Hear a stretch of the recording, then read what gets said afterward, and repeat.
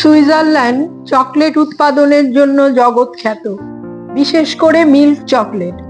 1875 সালে Daniel Peter condense milk ব্যবহার করে প্রথম সলিড মিল্ক চকলেট তৈরি করেছিলেন, যা আবিষ্কার করেন হেনরি নেসলে। তিনি ছিলেন জার্মান বংশোদ্ভূত। সপ্তদশ শতাব্দীতে সুইজারল্যান্ডে প্রক্রিয়াজাত চকলেটের সূচনা হয়। 18 শতকে চকলেট কেবল কয়েকটি অঞ্চলে উৎপাদিত হতো, যেমন টিকিনো।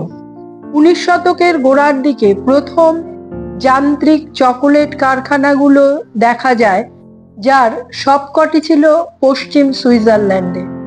অগ্রণী শিল্পপতিদের মধ্যে ছিলেন ফ্রাঁসোয়া লুই কেলার, ফিলিপ সুচার্ড এবং চার্লস আমেদি পোহলার। 19 শতকের দ্বিতীয়ার্ধে সুইস চকলেট বিদেশে ছড়িয়ে পড়তে শুরু করে।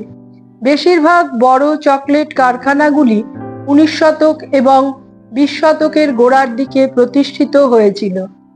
বিভিন্ন বিখ্যাত ব্র্যান্ডের সুইস চকলেট রয়েছে, যার মধ্যে উল্লেখযোগ্য লিন ব্র্যান্ড। মসৃণ ও উচ্চমানের চকোলেটের জন্য এর খ্যাতি। আরেকটি আইকনিক ব্র্যান্ড হচ্ছে টোবলেরোন, যা ত্রিভুজাকার আকৃতির জন্য বিখ্যাত। এছাড়াও রয়েছে কেলার, ফ্রে, লেবেরাজ এবং ক্যামিল ব্লোচ।